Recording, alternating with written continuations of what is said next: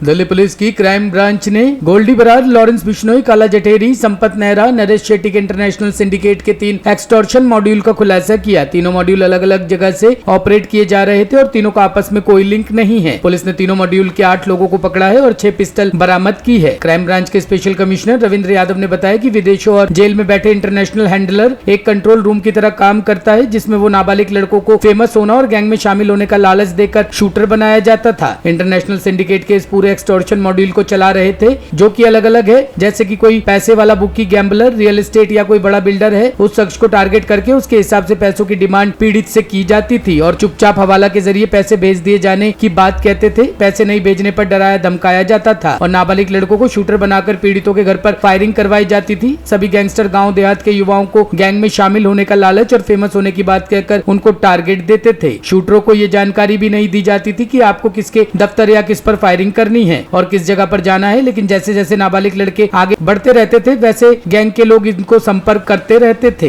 लोग घूम रहे हैं, उसको पता है दुखी चल रहा है, उसको इन्होंने कह दिया कि हम तेरा बदला ले लेंगे, उनको हम पिटवा देंगे, तो पहले हमारा ये काम है। मतलब इस तरह से, या कोई छोटे मोटे केस में कोई फंस गया, झगड़े वगड़े के केस में, उसको कहने लगा हम तेरा वकील का खर्चा कर देते हैं, तुझे वो करा दो, आगे तू हमारा काम कर। तो इस तरह से इनका जो गैंग है उसकी कैपेसिटी और स्ट्रेंथ बढ़ाने का ये काम कर रहे हैं। इसीलिए मैं बार बार ये कह रहा हूँ कि इनको, बच्चों को जो इमेच्योर है, जिनको समझ नहीं है कि इसका परिणाम तो खराब ही होना है। तुम एक बार गोली चला भी आए कहीं या 2 बार चला भी आए तो क्या निकलेगा, तुम्हें कुछ नहीं मिलने वाला, मिलेगा तुम्हारे आकाओं को, और तुम जो है पूरी जिंदगी इसमें परेशान रहोगे, कोर्ट कचहरियों में, जेल की सलाखों में। अनमोल बिश्नोई पहले अरेस्ट हो चुका या वो दूसरे वाले के वक्त अमेरिका बैठा हुआ? हाँ, वो तो काफी दिन से बाहर ही है और उसका भी कभी ना कभी अंदर आएगा ही, जब कानून के हाथ तो लंबे हैं। ये जो गैंग है सर, ये दिल्ली, हरियाणा, उत्तर प्रदेश और पंजाब, ये सीधा लॉरेंस बिश्नोई गोल्डी बना रही है। इधर नीरज पवाना गैंग से भी इसमें इस तरह से मॉडल, ये सिर्फ लॉरेंस नहीं, इसमें हम नीरज का जिक्र नहीं कर रहे हैं। हम कह रहे हैं पंजाब, चंडीगढ़, हरियाणा, एनसीआर, दिल्ली, राजस्थान, बेसिकली ये एरिया ऑफ ऑपरेशन। तो सर ये लॉरेंस है, गोल्डी बरार और ये गोगी गैंग के लोग हैं ना, एक तरफ वाले। गोगी गैंग जुड़ गया और भी बहुत छोटे मोटे गैंगों को जोड़ के अपना बड़ा सिंडिकेट बनाने की कोशिश में है और काफ़ी हद तक कामयाब भी है। लेकिन अब पुलिस भी इनके पीछे पड़ गई है, तो मुझे नहीं लगता ये बहुत दिन तक चलेगा। सर अप्रॉक्स फिगर बता सकते हैं कितने गैंग हैं छोटे मोटे बढ़ा के, गोल्डी बरार और लॉरेंस को लेकर छोटे मोटे? अभी इसमें मैं नहीं पढ़ना चाहूँगा, क्योंकि इनसे पूछोगे तो ये तो और बड़ा चढ़ा के बताते हैं लोगों को और अट्रैक्ट करने के लिए। लेकिन जो रडार पे हैं वो तो गिने चुने लोग हैं। सर एक सवाल, पुलिस हथियारों के नेक्सस को तोड़ने के लिए क्या करे? तो ये अब बड़े आसान पुलिस पे बहुत बड़े केसेस गए हैं, उसके लिए जो इंटरस्टेट कोऑर्डिनेशन मीटिंग होती है, मध्य प्रदेश के जो जगह है यहाँ सिकलीगर वाले और कुछ वेस्टर्न यूपी की जगह है, कुछ मुंगेर वाली जगह है, सब जगह लगातार अंकुश लगता रहता है, बड़े बड़े केसेस भी हम करते रहते हैं। और हमारे निरंतर प्रयास है FBI और बाकी जो फॉरेन एजेंसीज हैं उनके साथ मिलकर इनके ऊपर शिकंजा कसा जाए। पिछले दिनों में इन प्रयास के चलते आपने देखा होगा कि गोल्डी बरार भी वहाँ की वांटेड लिस्ट में आ चुका है और जो बाकी हैं, इस जो पहला केस था सनलाइट कॉलोनी वाला, इसमें लॉरेंस बिश्नोई का जो भाई है अनमोल बिश्नोई, वो उसका ऑपरेशन था। वो खुद लाइन पे आके फिरौती भी डिमांड कर रहा था और आगे इनको डायरेक्शन भी दे रहा था। बाकी एक में प्रियव्रत इन्वॉल्व था, एक में नरेश सेठी इन्वॉल्व था। ये सारे इनके जो मिडिल लेवल के या टॉप लेवल के लीडर मैं कह सकता हूँ, वो सारे इसमें शामिल हैं। तो मेरे ख्याल से काफ़ी चीज़ मैंने क्लियर कर दी है, फिर भी किसी को कोई डाउट है तो पूछ सकते। सर इनके कोई टारगेट और क्या कहते हैं वो पता लगा इंटरोगेशन में? इनके टारगेट ये दिन भर जेल में बैठ के वहाँ पे यही प्लान करते रहते हैं कि अगला टारगेट किसको फंसाया जाए, किसको डराया जाए, और बैठ के इनको यही रहता है कि कौन आसानी से पे कर देगा। तो ये टारगेट इनके बदलते रहते हैं और इनके हमारे को जो जेल में जो अब सख्ती हो गई है, जिसमें फ़ोन कम यूज़ हो रहे हैं, हालांकि इसमें से जो एक मॉड्यूल जो NR1 ने बस्ट किया है वो अभी भी जेल से ऑपरेट हुआ था, बाकी दोनों इंटरनेशनल उससे ऑपरेट हुए थे। तो वो सख्ती तो है, लेकिन फिर भी ये कहीं ना कहीं अपनी कोशिश में लगे रहे कि और टारगेट्स आए और पैसा आए। और हैरानी की बात यह है कि इनकी फैमिलीज़ ने इनको ज़्यादातर को डिसोन किया हुआ है। फैमिलीज़ को इनका पैसा पहुंचता है तो वो भी विदेश के थ्रू पहुंच रहा है या विदेश में ही सारा पैसा पार किया जा रहा है। वो सब इन्वेस्टिगेशन का पार्ट है। रविंद्र सर, दो सवाल है कि ये टेररिज्म के बेस पे ये हायर करे लड़कों को कि इन तक पहुंचता कौन है? जो नए लड़के होते हैं जैसे कि पंजाब, बिहार, झारखंड, इनके पास पहुंचता कौन है कि ऐसे आगे काम करना है और किस तरह से आगे? देखिए, जो जैसे सनलाइट कॉलोनी वाला केस जो इन्होंने बस्ट किया है, उसमें संपत नेहरा का ही गाँव है जो लड़के हैं। अब उन्हीं के जो रिश्तेदार या जो यार दोस्त का सर्कल है उसके थ्रू उनको रिक्रूट किया गया और उसमें से एक लड़के को जैसे स्कूल में पीट दिया किसी ने। रविंद्र यादव ने बताया कि गैंग का मकसद था बड़े लोगों को टारगेट करने के बाद उनके घर की दीवार, दरवाजे, खिड़कियों पर फायरिंग करवाना और सामने वाले शख्स के अंदर दहशत फैलाना, जिससे ये लोग आसानी से पैसे दे सके। उसके बाद इंटरनेशनल कॉल आता था कि आपने पैसे नहीं दिए तो अंजाम भुगतना पड़ेगा। इंटरनेशनल कॉल में लॉरेंस बिश्नोई और गोल्डी बरार का नाम लिया जाता था कि हम उस गैंग के सदस्य से बात कर रहे हैं। सभी नाबालिग और बालिग शूटर सैकड़ों किलोमीटर दूर से अपने टारगेट पर पहुंचते थे और फायर करके फरार हो जाते थे और इसी कारण इनको ट्रेस करने में लंबा समय लगा। जैसे सिद्धू मूसेवाला कांड में गैंग के अलग अलग मेंबर अलग अलग जगह पर पहुंचे थे, उनको कहीं से कपड़े मुहैया कराए गए, अवैध हथियार मुहैया करवाए गए, रहने का ठिकाना दिया गया। जैसे वह लोग आगे बढ़ते जा रहे थे वैसे वैसे गैंग के लोग उनको संपर्क कर पनाह दे रहे थे। संपत नेहरा, काला जटेरी, नरेश सेठी के जो क्राइम सिंडिकेट जो इंटरनेशनली ऑपरेट कर रही है, उसके 3 एक्सटॉर्शन मॉड्यूल्स को बस्ट किया है पिछले कुछ दिन में। और एक मैं ये कहूँगा ये बहुत बड़ी कामयाबी है जिस मेहनत से टीम ने इन तीनों को मॉड्यूल्स को बस्ट किया। तीनों मॉड्यूल अलग अलग जगह पे चल रहे थे, आपस में तीनों मॉड्यूल्स का कोई कनेक्शन नहीं था। इंटरनेशनल जो हैंडलर है वो इनको चला रहे थे, वो हैंडलर भी अलग अलग है। और जैसा आपको इस गैंग की मॉडस ऑपरेंडी का पता है और उसको मैं और थोड़ा डिटेल में आपको बताता हूँ कि ये लोग पहले टारगेट चूज़ करते हैं। कोई पैसे वाला बुकी है, गैम्बलर है, रियल एस्टेट वाला है या कोई इस तरह का है जो प्रॉपर्टी वगैरह के धंधे में है।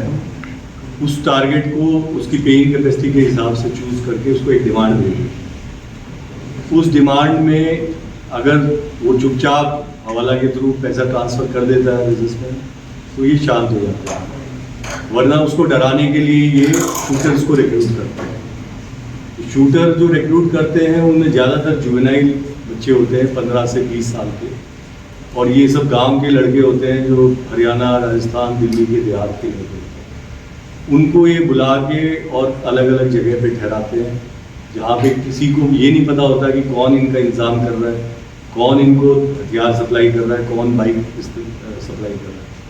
तो इनको आगे आगे कि वहाँ पे आप पहुँचो और आगे के डायरेक्शन वहाँ पे मिले। इस तरह से ये चेंज चलती जाती है और फिर ये उसकी जो कंप्लेनेंट या जिससे फिरौती मांगी गई है उसके घर पे या ऑफिस में या बिजनेस पे फायर करवाते हैं।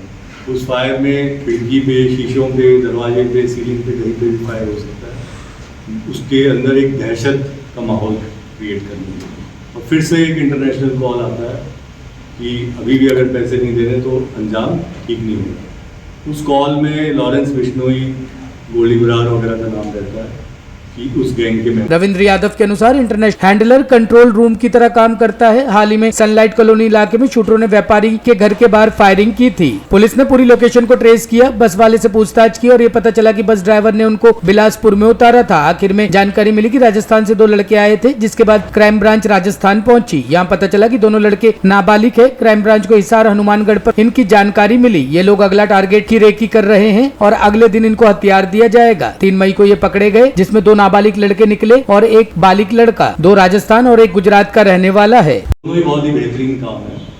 पहला केस सनलाइट कॉलोनी का है, जहाँ पे एक बिजनेसमैन को इन्होंने गोली चलाई, कॉल किए कि भाई 2 करोड़ रुपए की फिरौती चाहिए और रेकी करके गए लड़के, लेकिन साथ वाले घर में गोली मार गए। दोनों घर एक जैसे, तो भी उसको पता था कि कॉल मुझे आ रहा है। ये गोली जो साथ वाले घर पे मारी गई है, अप्रैल के लास्ट वीक की बातें हैं, वो मेरे को डराने के लिए गई है। केस दर्ज हुए वहाँ पे 2 सनलाइट कॉलोनी में। उसके बाद जब हमारी टीम को इस पर लगाया गया तो उन्होंने फुटेज वगैरह देख के तो पीछे से काम करना शुरू किया। फुटेज को देखते हुए हमने देखा कि वो ऑटो में बैठ के जंगपुरा से धौला कुआं आया। धौला कुआं में हमने उस बस को ट्रेस किया। उस बस को जिस दिन उस बस में जो कंडक्टर था उसकी से पूछताछ हुई। उसने कहा कि मैंने इनको बिलासपुर चौक पे इन तीनों लड़कों को उतार दिया था और वहाँ पे वो ढूंढ रहे थे कि पटौदी का रास्ता या ट्रांसपोर्ट क्या मिलेगा। वहाँ पे जब वो हम गए हमने पटौदी गए, वहाँ पे सोर्सेज को एक्टिवेट किया हमारी टीम ने, और फाइनली हमको ये स्पेसिफिक और पुख्ता जानकारी मिली कि ये राजस्थान से 2 लड़के आए थे, और वहाँ पे हमारी टीम वहाँ पहुँची। पता चला है दोनों लड़के जुवेनाइल है, एक ने अभी 10वीं के पेपर दिए, एक ने 12वीं के पेपर दिए, और तब से वो वहाँ से गायब है, और दोनों ही जुवेनाइल 16-17 साल की उनकी उम्र है। तो उसके बाद उन पे काम करते हुए हम पहुँचे जो ये एरिया है राजस्थान, हरियाणा, पंजाब का, जहाँ पे गंगानगर, अबोर, फाजिल्का, सिरसा, जींद वाला, हिसार वाला जो एरिया है, उधर हनुमानगढ़ है, उस एरिया में इनके ठैये थे जहाँ पे इनको ठहराते हैं। वहाँ से फिर इनको बताया जाता है कि वहाँ जाइए, वहाँ पे रेकी करके आइए, और फिर अगली ट्रिप में इनको हथियार दिया है। पहली ट्रिप में जब रेकी की इन्होंने, तब कोई हथियार वगैरह नहीं हुआ। इसमें जो 3 लड़के पकड़े गए हैं, उसमें 2 लड़के जो जुवेनाइल हैं वो राजस्थान के थे, और एक लड़का जो मेजर है मात्र 18। दूसरे मॉड्यूल में नरेला इलाके में प्रॉपर्टी डीलर के दफ्तर पर फायरिंग की गई थी, जिसमें शख्स के गोली भी लगी थी। 2 लड़कों को गिरफ्तार किया गया, एक नाबालिग है। इन लड़कों को पैसा नहीं दिया जाता था, केवल टारगेट के बारे में इनको जानकारी दी गई और सीधा फायरिंग करके फरार होने का आदेश दिया जाता था, जिसके बाद उनको गैंग में शामिल होने के लिए बोला जाता था। तीसरे मॉड्यूल में भी कई लोगों को मारने के टारगेट दिए गए थे, और ये सारा तिहाड़ जेल के अंदर बदमाश प्रियव्रत के कहने पर किया गया। प्रियव्रत ने इनको संपर्क साधा था, जो कि कटेवला कंजावला इलाके का रहने वाला है। 3 से 4 टास्क इनको दिए थे। पहला टास्क तो ये दिया था कि प्रियव्रत का पार्टनर जो कि टोल प्लाजा से पैसे कलेक्ट करता था, उसने प्रियव्रत के जेल जाने के बाद उसका शेयर देना बंद कर दिया था। अंडरवर्ल्ड माफिया गिरोह के आका अब नए बच्चों को अपने गिरोह में शामिल करके अपराध की दुनिया में धकेल रहे हैं, और खुद करोड़ों के वारे न्यारे करके उनको जेल की सलाखों के पीछे भिजवा रहे हैं। दिल्ली पुलिस की क्राइम ब्रांच ने ऐसे ही 3 गिरोह के 8 युवा लड़कों को पकड़कर पहुंचा दिया है सलाखों के पीछे। कैमरामैन हेमंत के साथ Rakesh Rawat, top stories, Delhi. Top story bureau के लिए दिल्ली से राकेश रावत की रिपोर्ट।